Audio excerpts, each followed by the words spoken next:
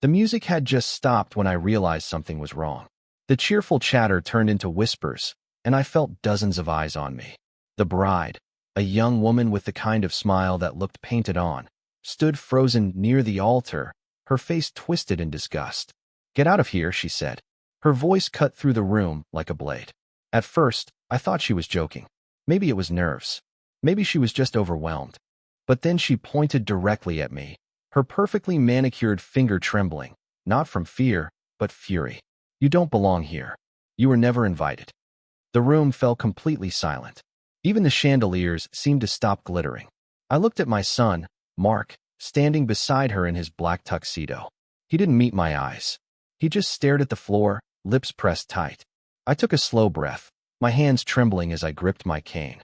"I'm your father," I said quietly. "I came to bless your marriage." The bride laughed, that cruel, hollow kind of laugh only youth can carry. "Bless? You mean curse? You've done enough of that already. This is our day, not yours." I felt the air leave my lungs. Around us, guests exchanged looks, some embarrassed, some enjoying the spectacle. The best man coughed awkwardly. My ex-wife looked away, pretending not to see me. I'd paid for this wedding. The venue, the music, even the dress she was wearing.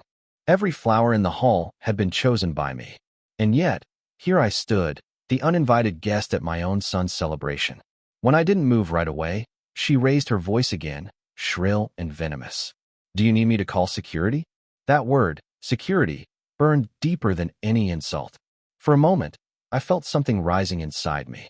Not anger, not sadness, something colder. A strange, quiet calm. I straightened my back and looked at her. "No need," I said softly. "I know when I'm no longer wanted." Then I turned to my son. Mark, he still wouldn't look at me. Just a whisper, almost lost in the music restarting. "Dad, please don't make a scene. Don't make a scene." The same words he used when he asked me not to attend his engagement party. When he didn't invite me to see their new house. When he told me, politely but firmly, that I was too old-fashioned to be part of their lives. I smiled. Not out of joy, out of exhaustion. "Of course," I murmured. "I wouldn't dream of it." And then I walked away. As I passed the tables, I could feel the stares, pity, mockery, shame. A few people whispered my name, others turned away. I kept walking until the heavy wooden doors closed behind me, cutting off the laughter that followed. Outside, the evening air was cold, and the first drops of rain began to fall. The sound of it hitting the pavement was almost comforting. I stood there for a while, staring at the grand white hall glowing behind the fogged glass. I could still hear the muffled sound of music and clinking glasses. That was the moment I realized something I should have understood long ago. Love built on convenience dies the moment it's no longer useful. They had taken everything from me. Time, trust, dignity. But they had no idea that they were celebrating inside my property. The wedding venue was part of the estate I still owned. Every bill, every signature, every contract, mine. And suddenly, I didn't feel powerless anymore. I turned toward the parking lot, my old coat flapping in the wind. But before I reached my car, I heard soft footsteps behind me. "Mr. Halden?" a small voice called. I turned. It was the bride's grandmother, frail, gentle, eyes filled with tears. "I'm so sorry," she whispered. "What she did in there, it wasn't right." I forced a smile. "You don't have to apologize for her." She shook her head. "No, I want you to know, not everyone in that room is blind. You raised a good man once. He just lost his way." Her words stung, because she was right. Mark wasn't always like this. There was a time when he'd come to my workshop after school, asking to help fix old clocks or paint the fences. He used to say, "When I grow up, I want to be like you, Dad." Now, he couldn't even look me in the eyes. The grandmother reached out, placing something in my hand, a small, embroidered handkerchief. "You shouldn't leave alone," she said softly. "Take this. It belonged to my late husband. He said it's for men who walk away with dignity." I didn't know what to say. I just nodded, clutching the small square of fabric as if it held the last bit of warmth left in that cold night. As I drove home, I watched the rain blur the streetlights into streaks of gold. My heart was heavy, but beneath the weight, something else stirred, purpose. They thought they had humiliated me, that I'd fade quietly into the background like an old photograph. But I knew things they didn't. About the venue, about the money, about a secret clause in the property deed that could change everything. The wedding had just ended. But my story, my revenge, had only begun. The rain didn't stop that night. It followed me home, drumming softly on the roof as if trying to drown out the echo of her voice. Get out of here. I sat in my workshop, the only place that still felt mine. The faint smell of sawdust and oil filled the air, the ticking of dozens of old clocks surrounding me like a heartbeat. Each tick reminded me of the time I had wasted believing my son would someday understand me. I looked at the photo on my workbench, Mark at 12 years old, holding the wooden toy car we built together. His smile was pure then, untainted by money or pride. I ran my fingers over the frame, feeling the dust. How did we get here? It started when he met Clara, the bride who'd just banished me from her wedding like a stray dog. She was beautiful, ambitious, and cunning enough to charm an entire room. Within months, she had convinced my son that my old-fashioned values were holding him back. Soon, Mark stopped visiting. When he did, it was only to ask for a small loan. Then another. Then one more. Just until the wedding. I paid for everything, not out of weakness, but because I still believed in him. I thought, if I give him everything I can, he'll see my heart. But love without gratitude is like planting seeds in concrete. Nothing grows. I opened my drawer and pulled out a folder of documents, deeds, contracts, bank receipts. My late wife and I had worked 40 years to build a small construction company. Before she died, she made me promise one thing. Don't let greed ruin what we built together. When Mark asked to use our property for his wedding, I agreed, on one condition. He never bothered to read the papers he signed. He was in a hurry. Love makes people blind. The venue, the catering, the dream estate, where he planned to live, all were still legally mine. The company he thought he owned? Only on paper. The shares were in trust, until he proved himself. And now, as I sat in the silence of that workshop, something shifted in me. I wasn't angry anymore, just resolved. They had tried to erase me from their perfect picture. I'd simply remind them who painted the frame. The next morning, I got up early. The rain had stopped, leaving the streets shining under the gray dawn. I put on my old coat and headed to my lawyer's office. Mr. Halden, said Miller, a man in his 50s with kind eyes and a sharp mind. I saw the news. Quite the scene yesterday. I smiled faintly. You could say that. He poured me coffee, waiting for me to speak. I want to make some adjustments to the estate files, I said. And I need a letter drafted. Formal, but polite. He nodded slowly. For your son? For them, I corrected. He leaned back. You're not planning to ruin them, are you? I looked out the window. No, Miller. I'm planning to teach them what value means. The kind you can't buy with wedding gifts. He understood immediately. A week later, Mark called. His voice trembled, a mix of anger and panic. Dad, what did you do? I did what you told me to do, I said calmly. I left. You canceled the property lease. The house, the wedding estate, it's being reclaimed. I leaned back in my chair. Strange, isn't it? How quickly something can disappear when it was never truly yours. You can't do this, he shouted. Clara's furious. She says you're trying to embarrass us. I chuckled quietly. Embarrass you? No, son. I'm giving you a gift, reality. There was silence on the line. Then a whisper. You're cruel. Cruel? I repeated. You watched your wife throw me out of your wedding. You said nothing. That's not cruelty, Mark. That's consequence. He hung up. That night, I sat again in the workshop. The clocks kept ticking, steady and patient. Revenge, I realized, doesn't always need fire. Sometimes it needs silence. I looked at the wedding invitation still pinned to my wall. The gold lettering gleamed under the dim light. Forever begins here, it said. I took it down, folded it carefully, and placed it in my late wife's old journal. Forever, I murmured, has a funny way of ending when built on lies. The next step would come quietly. A meeting, a few signatures, and the truth spreading through whispers. They had mocked me before hundreds. Soon, the same hundreds would see who truly owned the ground beneath their perfect wedding photos. And I wouldn't need to lift a finger. Just let time and paperwork do what it does best. 2 weeks after the wedding, the local paper printed a glossy photo of Mark and Clara on the front page, smiling, glamorous, the couple of the year. They stood in front of the grand estate, the one they thought was theirs, holding champagne glasses and promising eternal love. I remember setting my coffee down and staring at that image for a long time. They looked so confident, so certain that the world revolved around them. But behind that estate's polished doors, a quiet storm was about to begin, one that needed no thunder, only truth. It started with a call from the bank. Apparently, Clara had tried to transfer a large sum to upgrade the interior. But the account froze automatically the moment the system flagged her as an unauthorized co-owner. Then came the contractors' calls. The decorators, florists, and event planners wanted their payments. She gave them my name. They called me instead. I told them politely, "Send the bills to the newlyweds. The property isn't under my management anymore." Word spread quickly. By the end of that week, Clara's confidence began to crack. My neighbor, who happened to know one of her bridesmaids, told me the gossip was everywhere. Apparently, Clara's parents were furious. "He married into a mess," her father had shouted. "That old man played us all." I didn't respond to any of it. I didn't need to. One afternoon, as I was repairing an antique clock in my workshop, I heard the sound of a car door slamming outside. Then came the footsteps, heavy, angry, rushed. Mark burst through the door without knocking. His tie was loose, his eyes red. "Dad, we need to talk." I didn't look up right away. "About what?" "About the house," he shouted. "The deed, the contract. The bank says it's yours. Clara's losing her mind." "So I've heard," I said quietly. "Sit down, son." He didn't. He paced the floor, running his hands through his hair. "Why would you do this to us? After everything?" I finally set down my tools and looked him in the eyes. "After everything?" I repeated. "You mean after you threw me out of your wedding?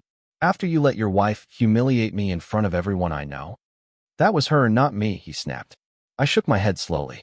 "You didn't stop her. That's worse." He froze, unable to respond. I continued. "You've spent years taking and taking, Mark. Money, trust, love, all of it.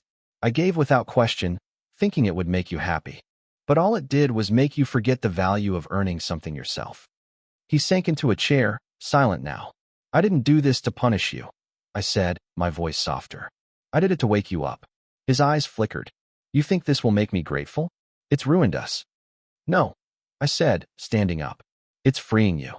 For the first time, you'll have to build something with your own hands, like I once did." He looked at me for a long moment, then whispered, "She's leaving me, you know? Clara says she didn't marry a man who owns nothing." I felt a strange mixture of sadness and pity. "Then she never married you, Mark. She married the idea of comfort." He didn't argue.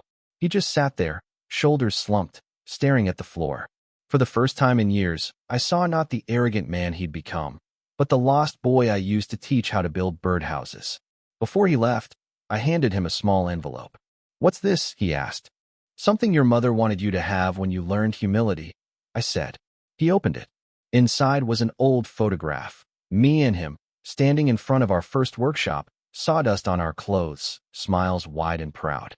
On the back, my late wife had written, "Pride built together lasts longer than pride built alone."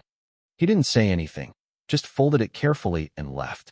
That night, I sat on the porch watching the sunset. The world was quiet again, the sky painted with orange and gold. I thought about the years wasted trying to buy love with sacrifice.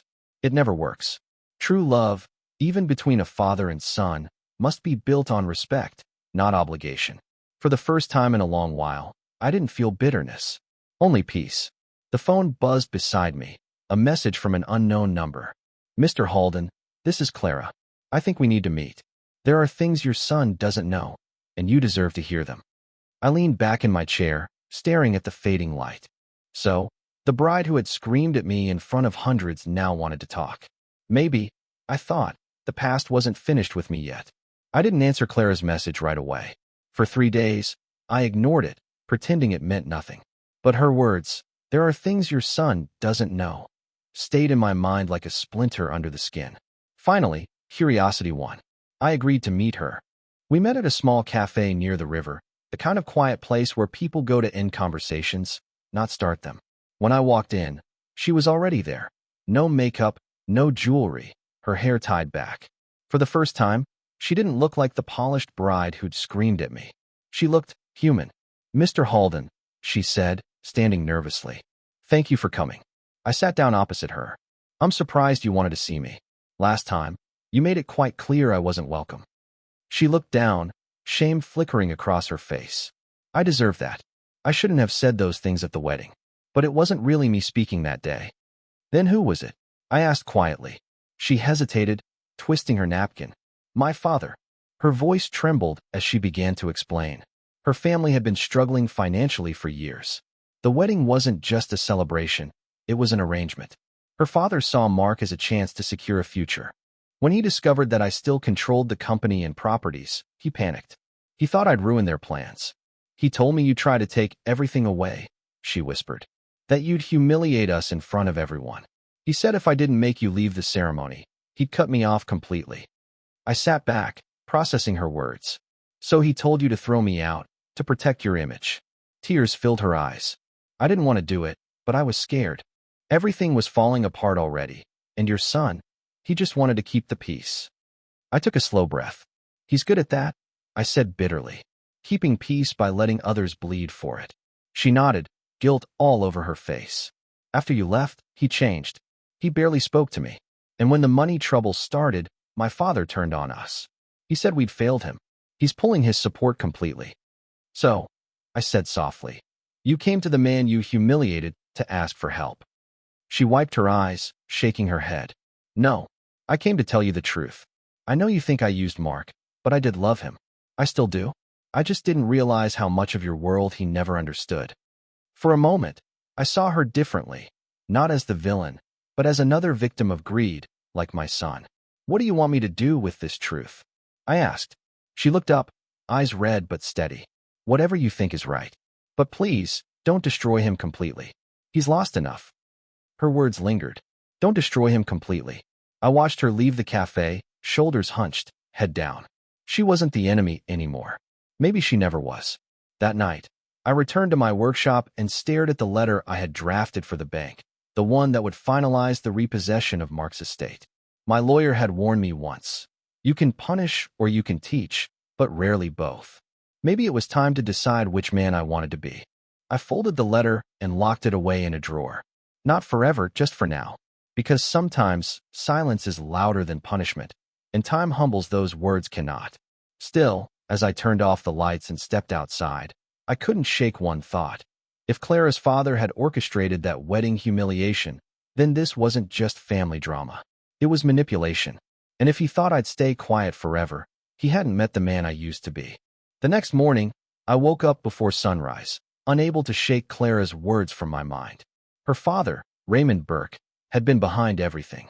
That smug, self-made businessman who had once shaken my hand with an empty smile and said, "Your son is lucky to marry into our family." I had believed him. I had even admired him. Now I realized he'd been using us all along. I spent the day in my workshop, pretending to repair an old wall clock, but my thoughts were far from the ticking gears. Every screw I turned reminded me of something he'd twisted to his advantage. The wedding contracts, the company investments, the sudden pressure Mark had faced to merge our construction business with Burke's firm. I reached for the old file cabinet in the corner, a dusty metal relic I hadn't opened in years. Inside were invoices, legal papers, and a stack of letters from when my late wife and I ran the business together. Burke's name appeared on several of them, sponsorships, partnerships, promises. But the numbers didn't add up. He had siphoned money through shell deals, hiding behind my son's signature. Mark hadn't even known he'd been signing false expense reports. I stared at the papers under the dim workshop light. Rage didn't come, only a cold clarity. The game wasn't about humiliation anymore. It was about truth. That evening, I called my lawyer, Miller. "Miller," I said, "remember the Burkes? I think they've been bleeding my company dry." He sighed. "You're sure?" "I'm looking at the evidence right now. I want a full audit." Quietly. He paused for a moment. "You're planning something, aren't you?" "I'm planning to clean up what my son was too blind to see." 2 weeks passed. I didn't hear from Mark. But Clara called once, her voice hollow, tired. "Dad's furious," she whispered. "He says you're trying to ruin him." "I'm not trying," I said. "I'm simply not protecting him anymore." She exhaled shakily. "He's threatening Mark. Says if the audit goes public, he'll expose private family matters. Things you wouldn't want people to know." I laughed softly.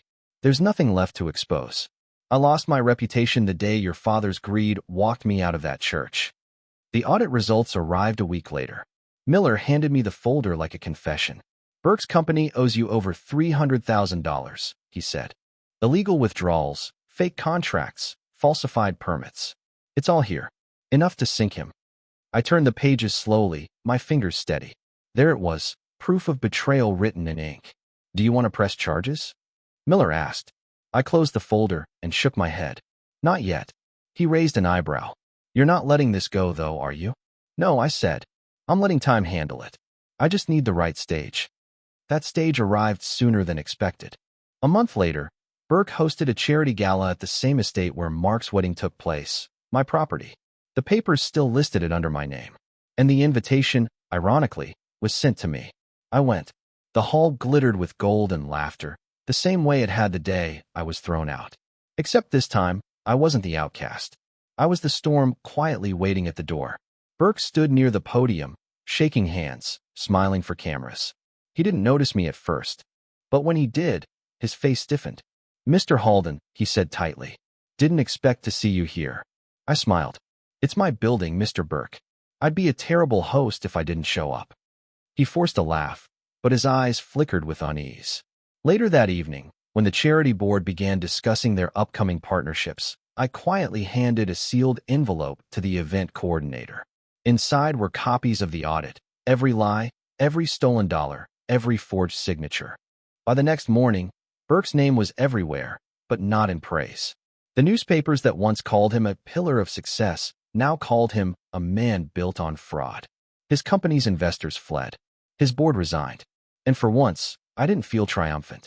I just felt free. That night, as I sat again in my quiet workshop, I thought of my son. Would he hate me for this? Maybe. But one day, he'd understand. Justice isn't cruelty when it's the only language left for truth. I poured myself a small glass of whiskey, lifted it toward the ticking clocks, and whispered, To you, Margaret.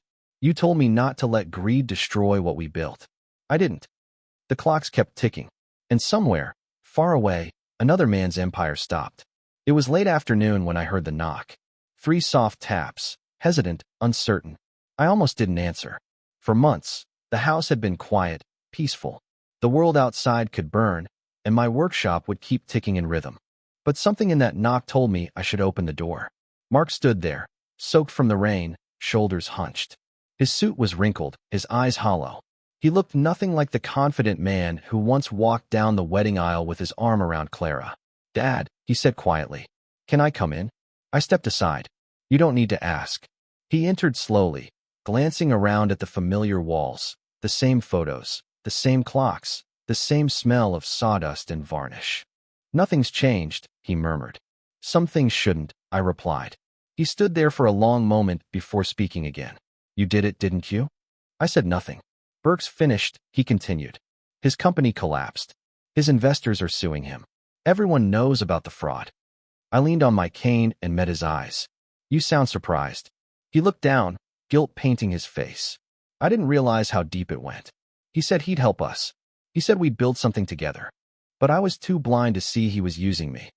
Blindness isn't the worst sin, son, I said. It's refusing to open your eyes when the light's right in front of you. He nodded slowly, eyes wet. I deserve that. For a long while, we said nothing. The only sound was the rain tapping against the window. Finally, he whispered, Clara left. I didn't answer immediately. She told me she loved you, I said softly. His head snapped up. You spoke to her? Yes. After the wedding. She told me everything. Mark sank into the old chair across from me, his hands shaking slightly. Then you know she was forced. That it wasn't her idea. I know, I said. But she still had a choice, just like you did. He rubbed his face. I thought I could protect her. I thought if I played along with Burke, things would settle down. But all I did was lose everyone I cared about. There it was, the truth I had waited to hear for years. Not excuses, not anger, just honesty. I poured 2 glasses of whiskey and handed him one. He hesitated. You still keep the same brand. Some habits are worth keeping, I said. Others aren't. He gave a small, broken laugh. I used to think you were obsessed with control, Dad. Always double-checking every contract, every tool, every detail. I see now you weren't controlling. You were protecting. I just didn't understand. Understanding comes late to some, I said gently. But it comes. He stared into the amber glass, his voice barely a whisper. Can you forgive me? I looked at him, really looked at him. The lines of pride had faded from his face. What remained was the boy who used to run to me with a hammer too heavy for his hands. There's nothing left to forgive, I said. You've already paid your price. He nodded, tears falling silently. Then, after a long pause, he added, I don't have much left. No house, no job. I don't even know where to start. I smiled faintly. Then start here. He blinked. What do you mean? I stood and pointed to the half-finished clock on my workbench.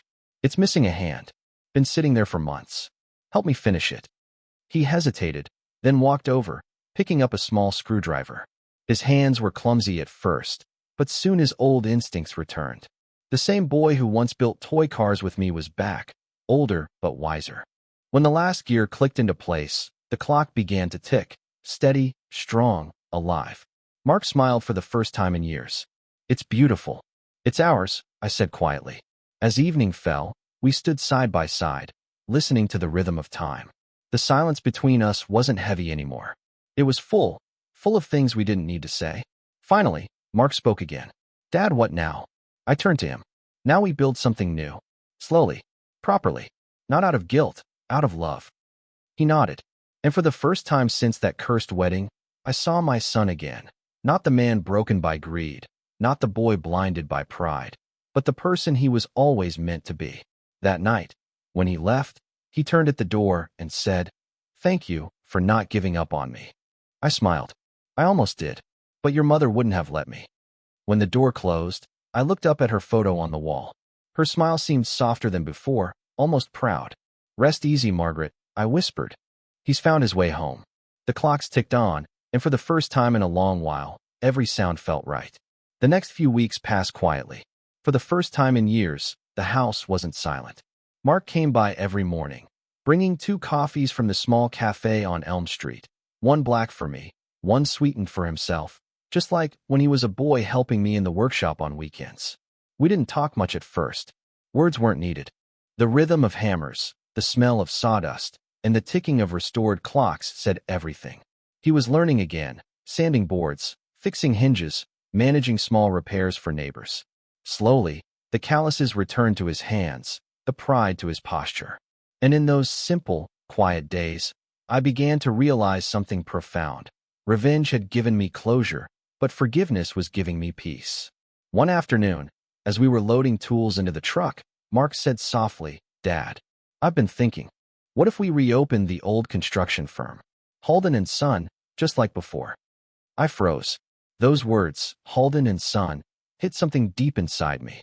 That sign used to hang proudly above our workshop before everything fell apart. I'd taken it down the day he left to chase bigger dreams with Burke's company. Are you sure? I asked carefully. It's not an easy life. Hard work, long hours, little reward. He smiled faintly. That's exactly why I want it. I'm tired of pretending success means suits and speeches. I just want to build something real again. I looked at him for a moment, then nodded. Then we'll build it together. The following weeks were a blur of motion. We cleaned out the old warehouse, repaired the sign, and called back 2 of my former employees, men who had once worked beside me when the business was still a family. When they saw Mark again, they were cautious at first. But after a few days, the old camaraderie returned. Laughter replaced silence. The smell of paint and sawdust once again filled the air. For the first time in years, it felt like home. One evening, while we were locking up the shop, a familiar voice called from behind. Mark, Mr. Halden. We both turned. Clara stood near the gate, her hands clasped nervously. She looked different, not the polished bride I remembered, but tired, humble, human. Mark stiffened. What are you doing here? She took a hesitant step forward. I heard about what you're doing. About the new company. I wanted to see it for myself. He folded his arms. You've seen it. Now what? Her eyes filled with tears. I didn't come for forgiveness. I came to thank you, both of you. When my father's fraud came out, it destroyed everything. But it also freed me. For the first time in my life, I'm not living under someone else's shadow. I watched her closely. There was no deceit in her voice this time. Just regret. I was cruel, she said, turning to me. I thought power made people strong, but it only makes them cold. I don't expect you to forgive me. I just wanted you to know I'm sorry. Mark looked away, silent. I could see the storm behind his eyes. Pain, anger, love, confusion. Finally, he said quietly, "You hurt my father. You humiliated him in front of everyone. But maybe you were just another victim of your father's greed, like I was." She nodded, tears slipping down her cheeks. "Maybe, but I still made choices I regret every day." I stepped closer, my voice calm. "Regret can destroy you, or it can rebuild you. It depends on what you do with it." She looked at me with wide, grateful eyes. "Then I'll rebuild." As she turned to leave, Mark called after her. "Clara." She stopped. "I don't know what the future holds," he said, "but I hope you find peace. We both need it." She smiled faintly. "So do I." And then she was gone. That night, as Mark and I sat in the workshop, he said quietly, "I don't know if I'll ever love her again, but I don't hate her anymore." "That's enough," I said. "Hatred keeps you trapped. Letting go sets you free." He nodded slowly. "You were right, Dad. Revenge fixes nothing. Building something new does." I raised my glass of water. Simple, clean, no bitterness left. "Then let's keep building." When the morning came, sunlight poured through the workshop windows. The new sign gleamed above the door, Halden and Son Reconstruction. Under it stood a father and son, older, humbler, but finally standing on the same ground. The clocks inside kept ticking, not as reminders of what was lost, but of what had begun again. Success has a strange rhythm. It doesn't rush in like a storm. It creeps in quietly, step by step, until one morning you realize everything you lost has somehow grown back in a different form. 2 months after reopening Halden and Son Reconstruction, we had our first major contract, restoring an old library on the edge of town. The mayor himself visited the site, shaking our hands and praising local craftsmanship. I watched Mark speak with confidence, explaining every detail of the renovation. For the first time in years, he didn't look like a man trying to impress anyone. He looked steady, and that, more than money or applause, was worth everything. But peace, I've learned, never lasts long for men like me. It always tests your resolve, just when you start believing you've earned it. It started with a phone call from a local journalist named Emily Carter. "Mr. Halden," she said politely, "I'm working on a story about the Burke scandal. There are whispers that you had a hand in exposing him." My fingers tightened around the receiver.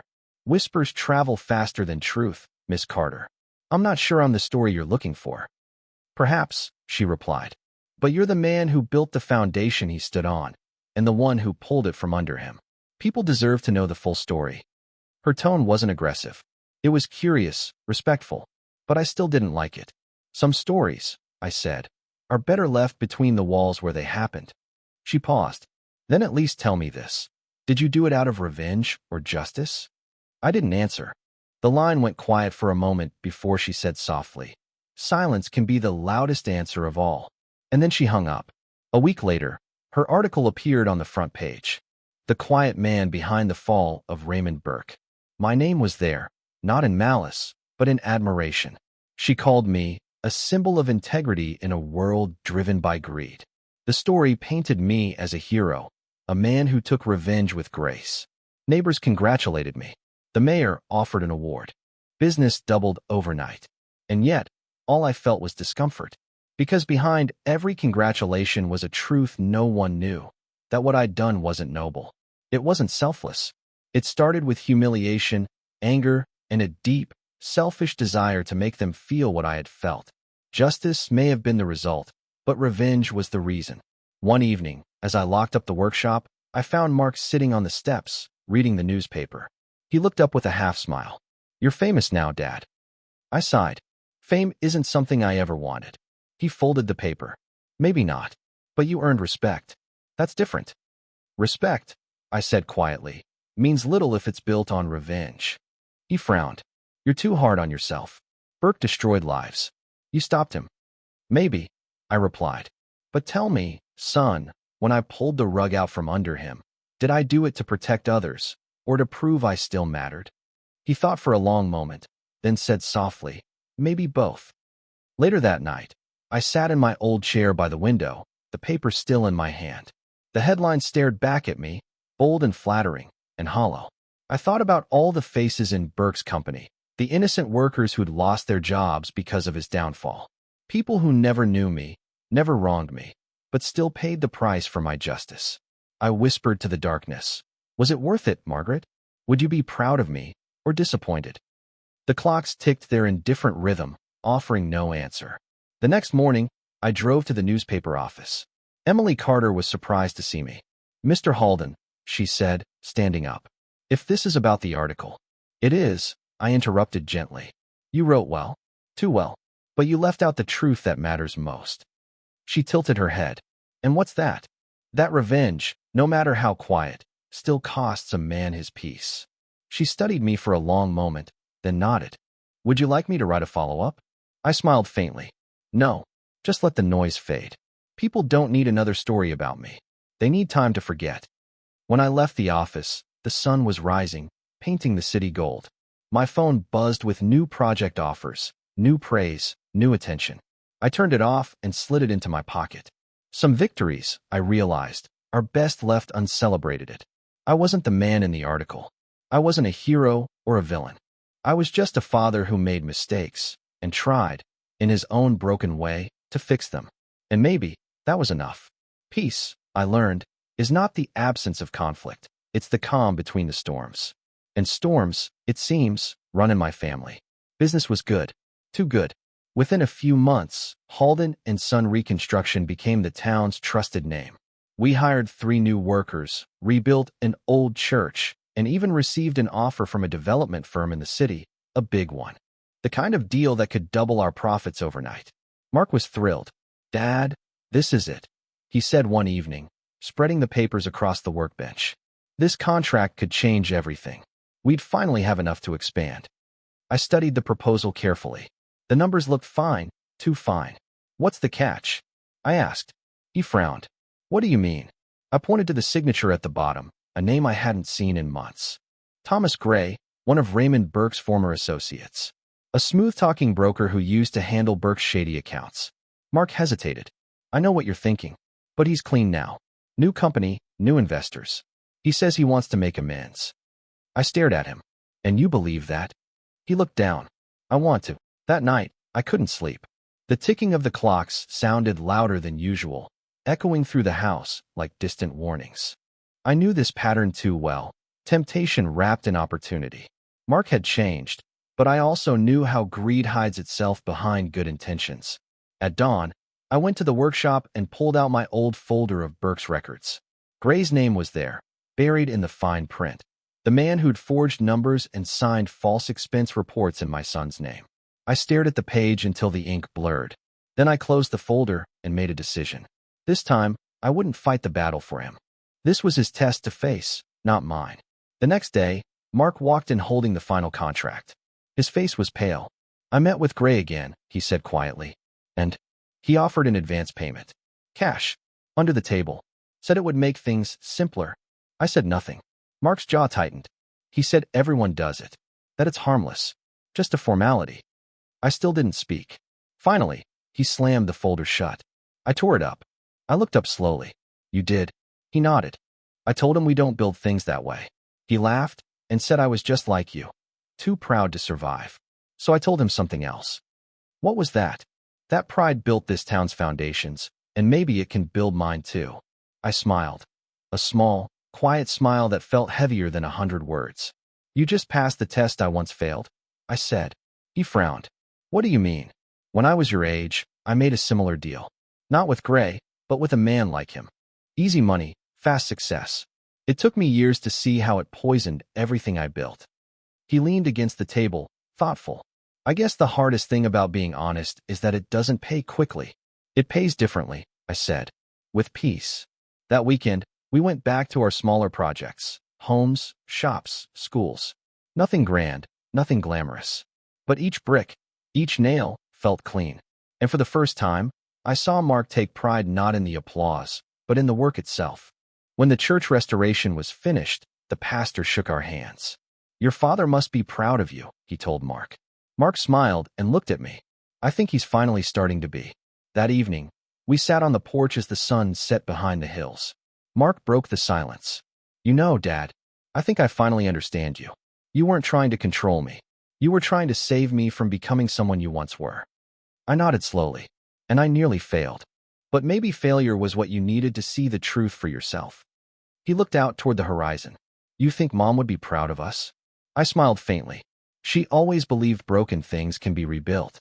Looks like she was right again. The wind carried the sound of the church bells through the evening air, steady, solemn, peaceful. We sat there in silence, two men bound not by revenge or guilt anymore, but by something stronger, understanding. The clocks inside ticked softly in rhythm with the bells outside. Time had taken so much from me, but for once, it was giving something back. Years passed quietly, as they always do once the noise fades. The workshop aged with me, its shelves lined with dusty tools and stories too heavy to tell twice. The clock still ticked, steady and loyal, even when my hands began to tremble too much to repair them. Mark had taken over most of the work now. He managed the business with the same honesty that once nearly ruined him, but now, it sustained him. Halden and Son had become something larger than a company. It was a promise. Every time I saw him teaching one of the young apprentices, I saw a reflection of my younger self, stern but kind, strict but patient. He had learned the one lesson it had taken me an entire lifetime to understand. That legacy isn't about what you leave behind, but about what you build within someone. One autumn evening, as the sun dipped low over the river, Mark came to the porch with 2 cups of coffee, black for me, sweet for him. Some rituals never change. He sat beside me, the air cool and calm. We finished the new library wing today, he said. The mayor asked me to give a speech. I told them it was your design from 20 years ago. I smiled faintly. Old wood, new nails. Still stands strong. He nodded. Like you. I laughed softly. Don't count on that. But deep down, his words warmed something inside me. A quiet pride that didn't shout, didn't gloat. It simply was. He took a deep breath. Dad, I've been thinking. I want to rename the company. I turned to him, surprised. To what? He looked out at the fading horizon. Halden Restoration. It's not just about rebuilding walls anymore. It's about restoring people, honor, trust, families. For a moment, I couldn't speak. The name felt right. Poetic. Honest. I placed a hand on his shoulder. Then promise me one thing. Anything. Never let the word revenge cross your heart again. Build, don't break. He nodded firmly. I promise. That night, after he left, I sat alone in the quiet. The clocks ticked around me, marking time the way they always had. But for the first time, the sound didn't remind me of what I'd lost. It reminded me of what I'd finally found. I thought about Clara. She'd remarried years later, sent Mark a letter once. No bitterness, just gratitude. He never told me what it said, but I saw peace in his eyes after reading it. That was enough. I thought about Burke, too. The papers said he lived somewhere up north, forgotten by everyone who once praised him. I felt no satisfaction in that. Only pity. A man who built his empire on deceit always ends up alone. And then, I thought of my wife. Margaret. Her smile still hung in the photo above my desk. You were right, my love, I whispered. I almost let anger consume me. But you knew I'd find my way back. Outside, the wind carried the smell of rain, soft, clean, and familiar. I stood, walked to the workshop door, and turned off the lights. For the first time, the darkness didn't feel empty. Because I knew that tomorrow, Mark would open those same doors, light the lamps, and keep building, not just homes, but hope. That was my real revenge against the cruelty of the world, turning pain into purpose. When I finally went to bed that night, I left one clock unwound, the old wooden one Margaret gave me on our 20th anniversary. It had ticked through decades of laughter, loss, betrayal, and forgiveness. Now it could rest. So could I. And as I drifted to sleep, the last thought that passed through my mind wasn't of anger or triumph. It was a whisper, as gentle as the rain outside my window. Forgiveness doesn't erase the past. It just lets you walk forward without carrying it.